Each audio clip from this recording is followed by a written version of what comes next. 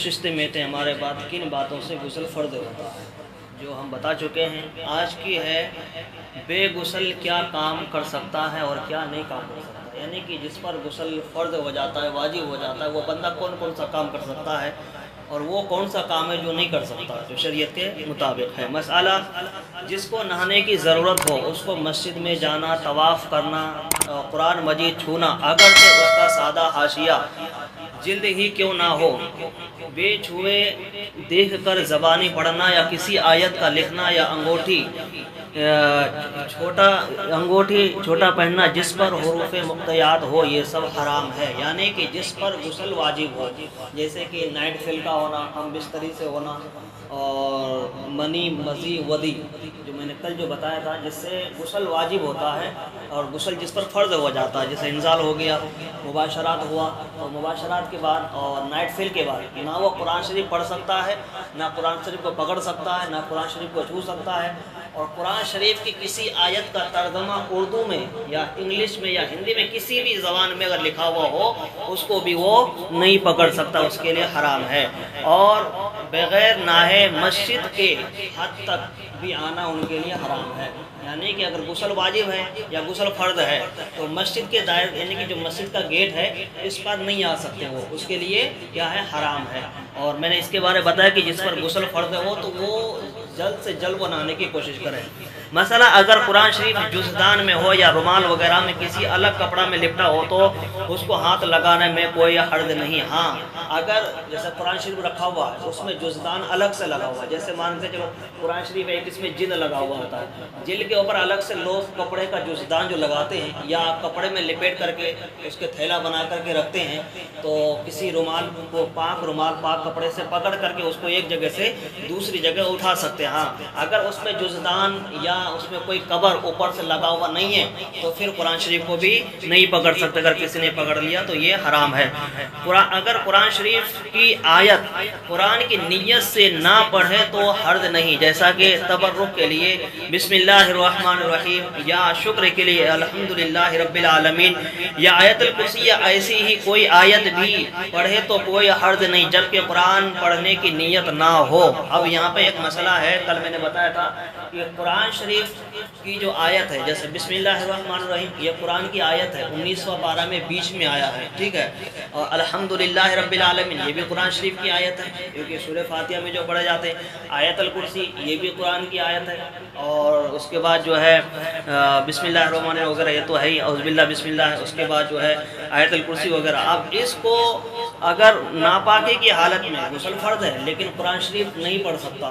قرآن شریف پڑھ نہیں سکتا، نیت کیا ہونا چاہیے کہ اس کا نیت یہ نہیں کہ ہم قرآن شریف پڑھ رہے ہیں۔ اب کھانا کھانے بیٹھا ہوا بندے کے اوپر جو ہے غسل واجب ہے یا غسل فرض ہے، اب کھانا کھانے کے لیے بیٹھا تو بسم اللہ پڑھنا ہی پڑھنا پڑے گا، بسم اللہ والا برکت اللہ، یا کوئی کام کر رہے ہیں بسم اللہ الرحمن الرحیم، یا اگر رات کو سو رہے ہیں، اگر سونے میں جیسے چوک گیا، ڈر لگنے لگا تو آیت الکرسی پڑھ کر کے دم کر سکتے ہیں، یا کوئی بھی آیت پڑھ کے دم کر سکتے ہیں۔ شکر کے لیے الحمدللہ رب العالمین یہ کہہ سکتے ہیں۔ اگر کسی کا انتقال ہو گیا، جیسے خبر کہ فلاں شخص کا انتقال ہو گیا، اب اس کے لیے پڑھتے ہیں کہ انا للہ و انا الیہ راجعون۔ اگر اس میں صرف ارادہ یہ ہو کہ شکر کے لیے ہم پڑھے الحمدللہ رب العالمین، کھانا کھانے کے لیے پڑھے بسم اللہ الرحمن الرحیم، ڈر کی وجہ سے ہم آیت الکرسی پڑھ رہے ہیں، اور جو ہے کسی کی موت یا مصیبت کے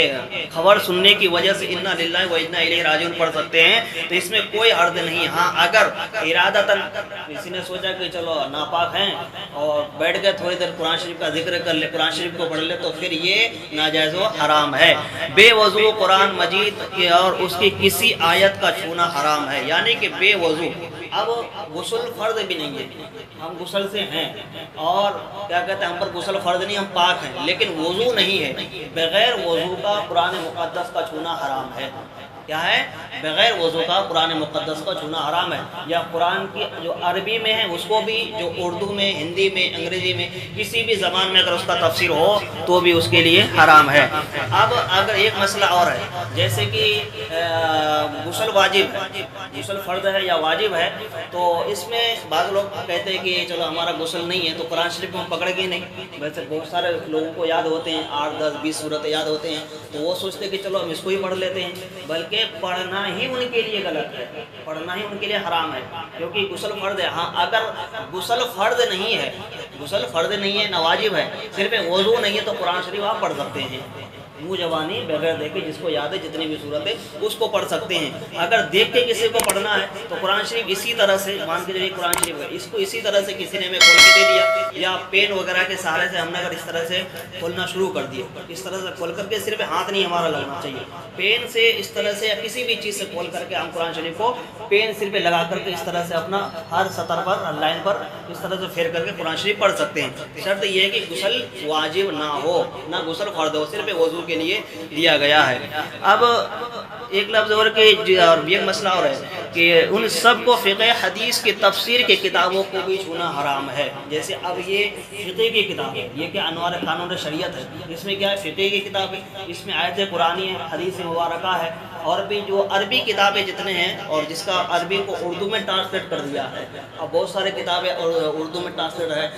کوئی ہندی میں ہے، کوئی انگریزی میں ہے، اور بھی زبانیں ہیں جس میں ٹرانسلیٹر ہے۔ تو اگر ناپاکی کی حالت میں ان کتابوں کو بھی چھونا جائز نہیں ہے، مکروہ ہے۔ اگر وضو نہیں ہے تو پھر یا کسی رومال وغیرہ کپڑا وغیرہ سے پکڑ کے رکھ سکتے ہیں، لیکن بارہا ہمیں جو ہے قرآن مقدس کا ادب و احترام کرنا چاہیے، کیونکہ قرآن مقدس سب سے اعلیٰ کتاب ہے، ہر کتابوں سے بہتر کتاب ہے، اور اللہ تبارک و تعالیٰ کا یہ کلام ہے، یہ کسی اور کا کلام نہیں ہے۔ قرآن میں صرف اللہ کا ہی کلام ہے، اس میں کسی کا بھی کوئی کلام نہیں ہے۔ اللہ تبارک و تعالیٰ نے خود پیارے نبی صلی اللہ علیہ وسلم پر قرآن مقدس کو اتارا اور 23 برس تک اتارتا رہا، تھوڑا تھوڑا کر کے، جب جب جس طرح سے وہ آیتیں نازل ہوئی، جس طرح سے وہ حالات بدلتے گئے، حالات آتے گئے، تو اللہ تبارک و تعالیٰ نے اپنے محبوب پر قرآن شریف کو اتارا۔ تو قرآن شریف جو ہے پہلے جو اترے تھے قرآن شریف ایک دفعہ اکٹھا نہیں اترے، بلکہ 23 سال تک قرآن شریف اترے ہیں، 23 سال تک حضور پر قرآن شریف اترتے رہے۔ اللہ تبارک و تعالیٰ نے حضرت جبرائیل امین علیہ السلام کے ذریعے قرآن شریف کو بھیجتے رہے، اور کبھی اس میں مکہ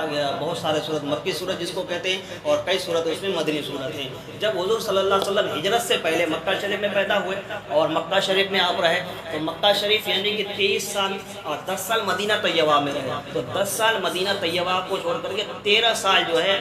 مکہ شریف، یعنی کہ ہجرت سے پہلے 13 سال پہلے قرآن شریف کا اترنا شروع ہوا۔ 13 سال مکہ شریف میں قرآن شریف اترا اور 10 سال جو ہے وہ مدینہ شریف میں قرآن شریف اترا۔ تو یہ قرآن شریف کی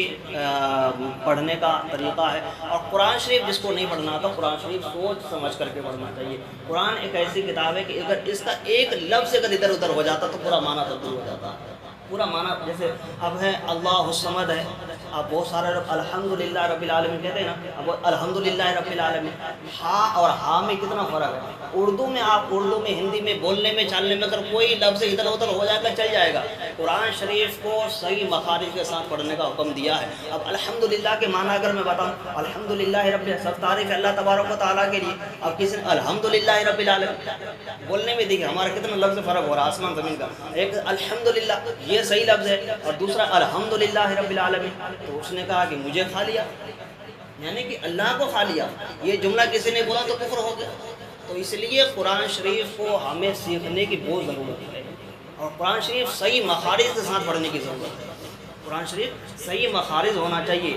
الف سے لے کر کے یا تک، یہ قرآن شریف کا سب سے پہلا جز ہے۔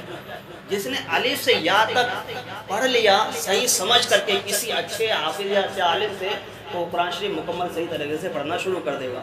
اگر کسی کے الف سے یا تک ہی غلط ہے تو قرآن شریف ان کے لیے بیکار ہے، کیونکہ الف سے یا تک 26 حروف ہیں۔ اب اس میں کون کون سے حروف مسٹیک ہو جاتے لوگوں کے، ایک جیسے سا ہے، ایک شین ہے، ایک سین ہے، ایک سواد ہے، اب ایک ہا ہے اوپر اور ایک ہا ہے نیچے، ٹھیک ہے، ایک حمزہ ہے، ایک الف ہے، ایک جیم ہے، ایک زا ہے، ایک زواد ہے، ایک زوا ہے، لیکن ہے سب الگ الگ۔ لیکن بعض لوگ کیا پڑھتے ہیں، سا کو سا پڑھ دیتے ہیں، سا سین شین ملنے کے نہیں ملنے، سواد ایک ہی جیسا ملے، اب زا زواد زال یہ لفظ ایک ہی جیسا لیکن ہے لفظ الگ ہے، آواز ایک جیسا نکل رہا ہے، لیکن اگر سین کا اگر الفاظ نکالے، جو زال پڑھتے ہیں اصل لفظ ان کا زال ہے، جو زال پڑھتے ہیں نا اصل لفظ زال ہے، جو زیم پڑھتے ہیں تو زیم نہیں ہے بلکہ جیم ہے، جو زا پڑھتے ہیں تو اس کو زا ہے۔ اب جو دواد پڑھتے ہیں، اب دواد کو زوا پڑھتے ہیں لوگ، تو اس اصل لفظ دواد ہے، ٹھیک ہے۔ اب عین اور الف، اب عین سے اگر پڑھیں گے، جہاں عین ہے تو عین سے پڑھیں گے معنی صحیح ہوگا، اب جہاں اگر عین ہے اگر الف سے اگر پڑھیں گے تو معنی ہی بگڑ جائے گا، کیونکہ پورا حرف ہی چینج ہو جاتا ہے، تو الف اور عین بہت فرق پڑ جاتا ہے۔ تو اسی طرح سے قرآن شریف کو صحیح سمجھ کے پڑھنا چاہیے ہمیں، اور قرآن شریف کم سے کم جو ہے ایک روایت میں ہے کہ ایک بزرگ فرماتے ہیں کہ آپ قرآن شریف پورے دن اگر ایک پارہ بھی نہ پڑھو، ایک پارہ بھی نہ پڑھو، آدھا پارہ بھی نہ پڑھو، صحیح سمجھ کر کے ایک لائن اگر تم پڑھو گے نا تو تمہارا ایک پارہ پڑھنے کا ثواب تمہیں عطا کیا جائے گا، صحیح سمجھ کر کے۔ اب ویسے پڑھتے چلے جاؤ، دن میں 5 قدم قرآن شریف پڑھ لو، کیا فائدہ؟ اب رمضان میں بعض لوگ 5 6 قرآن شریف پڑھ لیتے ہیں، اب اتنی اسپیڈ میں پڑھتے ہیں کہ کوئی پتہ نہیں چل رہا کہ کہاں سے کہاں چلے جا رہے ہیں، وہ اس کو پتہ ہی نہیں کہ ہمیں پڑھنا کتنا ہے۔ پڑھو، میں نہیں کہتا 5 پڑھو 10 پڑھو خوب پڑھو، لیکن صحیح طریقہ سے پڑھو، جو طریقہ ہے پڑھنے کا۔ اور قرآن شریف کو ہمیشہ پڑھو، ہمیشہ کم سے کم 2 آیت 4 آیت 5 آیت جو صورت یاد ہے اس کو بھی پڑھا کرو، نماز کے بعد گھر میں جا کر کے ضرور پڑھا کرو۔ جو گھر میں پریشانیاں ہیں، مصیبتیں ہیں، آصف ہیں، ڈر ہے، کسی کو بخار ہے، سر درد ہے،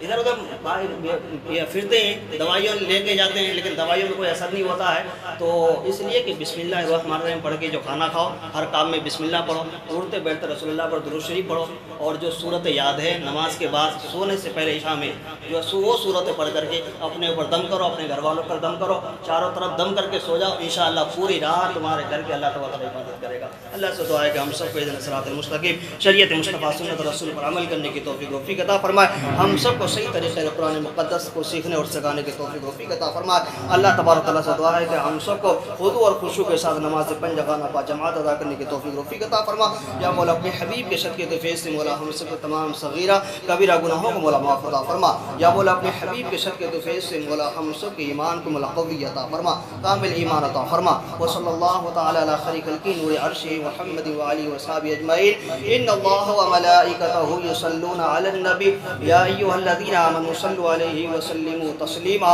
اللہم صل علی سیدنا شفیعنا حبیبنا نبینا مولانا محمد بارک وسلم۔ صلوا علیہ صلاۃ و سلام علیک یا رسول اللہ صلی اللہ تعالی علیہ وسلم۔ سبحان ربک رب العزۃ عما یصفون وسلام علی المرسلین والحمد للہ رب العالمین بحق لا الہ الا اللہ محمد